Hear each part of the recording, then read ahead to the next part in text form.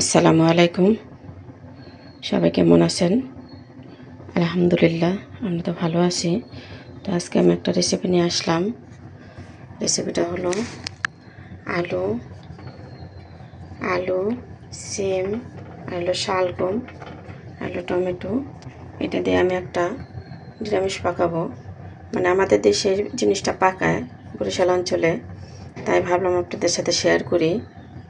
এই যে, তো আমি অফ ক্যামেরায় আমি কড়াই বসাই দিছি, তেল বসাই দিছি, কারণ এখন তো অনেক সকাল, গ্যাস তো থাকে না, সেটা আপনারা জানেন অনেকে। তো আমি এই জন্য সব কিছু আমি রেডি করে তারপরে আসছি।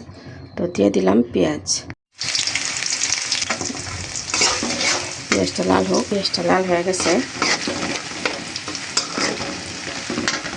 আমি দিয়ে দিলাম পানি মশলা কষানোর জন্য। দিয়ে দিলাম লবণ, মরিচের গুঁড়া, হলুদের গুঁড়া, ধনের গুঁড়া, সামান্য জিরার গুঁড়া।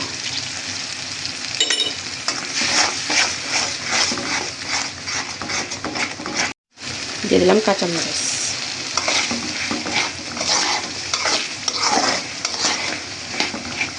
মশলাটা কষানো হোক, তারপর আমি সবজিগুলো দিয়ে দিলাম। মশলাটা কষানো হয়ে গেছে, আমি পর্যায়ে দিয়ে দিলাম।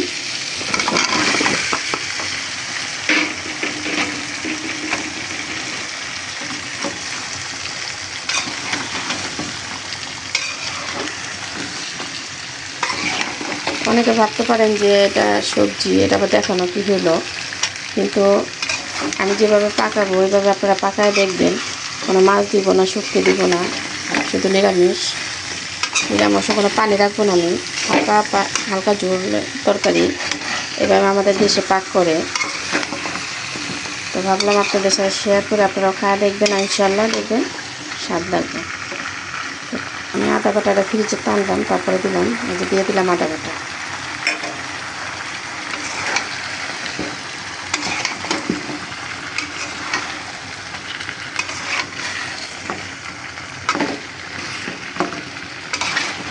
কষানো হোক, তারপর আমি যে সবজিটার মধ্যে কষানো হয়ে গেছে, এরপর যে আমি পানি দিয়ে দেবো।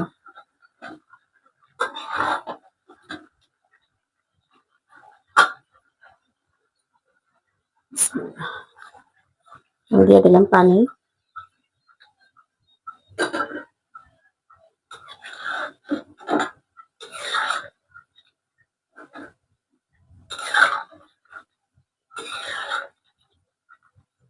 সেদ্ধ হওয়ার জন্য পানিগুলো দিয়ে দিলাম। ঠিক আছে, এখন আমি ঢাকা দিব। এই যে ঢাকা দিলাম, তরকারিটা বলক আসুক। আসুন দেখি তরকারি বলক আসলো কিনা।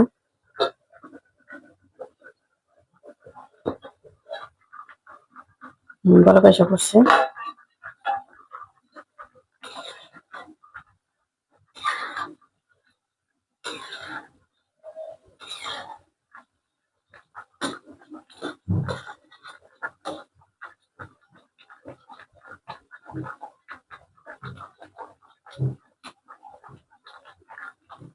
এখন তরকারিটা সেদ্ধ হোক, আমি আবার ঢেকে দিই। আসুন আপনাদের তরকারিটা দেখাই কি অবস্থা হইলো। এরপর যে আমি দিয়ে দিব টমেটো।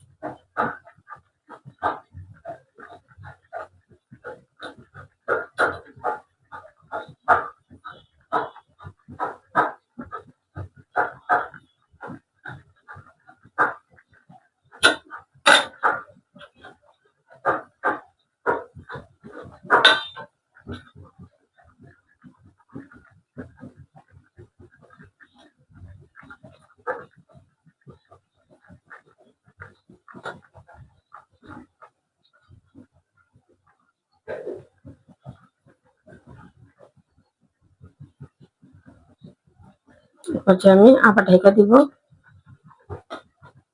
আলুটা কিন্তু গলে গেছে, সবজি স্যাম শালগমও গলে গেছে। এরপর যে আমি ডালে ঢাকা দিই, তরকারিটা জল শুকাক আর একটু সেদ্ধ হোক। তরকারিটা কি হইলো আপনাদের দেখাই।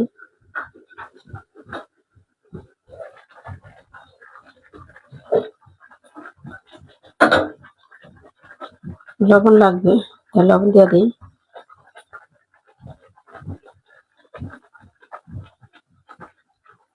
তরকারিটা আমি আরো জল শুকাবো।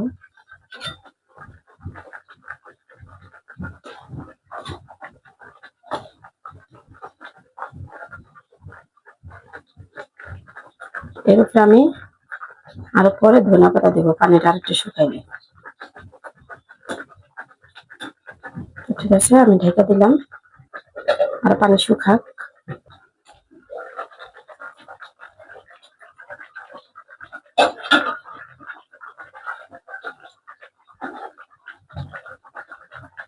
তরকারিটা আরো শুকাবে। তো ওই পর্যায়ে আমি ধনিয়া পাতা দিয়ে দিব। ওই যে ধনিয়া পাতা, ঠিক আমাদের দেশে এইভাবে ধনিয়া পাতা দেয়, এভাবে আলাম আলাম ধনিয়া পাতা ধুইয়া তারপরে দেয়। তবে আপনারা চাইলে কাইটা দিতে পারেন। আমি যে দিছি আপনারা যেভাবে দিবেন সেটা না, আমার দেশে যেভাবে করে আমি ওইভাবেই করলাম। তবে আপনারা এইভাবে না দিয়া আপনারা কাইটা অল্প দিতে পারেন। তো আমার তো ধনিয়া পাতা তো আমার পছন্দ, সেটা তো অনেকবারই বলছি আপনাদের, তাই আমি ধনিয়া পাতা দিয়া পুরা সবজিটা ঢেকে ফেলাইলাম। আপনারা চাইলে কাইটা অল্প দিতে পারেন, কারণ ধনিয়া পাতা কিন্তু অনেকে পছন্দ করে না। আমার বড় মেয়ে কিন্তু পছন্দ করে না, আমার কাছে খুব ভালো লাগে।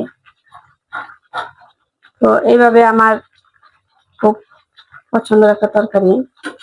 যে তো পানিটা শুকাক, তারপর আমি নামাবো, তারপর দেখাবো আপনাদের। আসুন তরকারিটা আপনাদের দেখাই।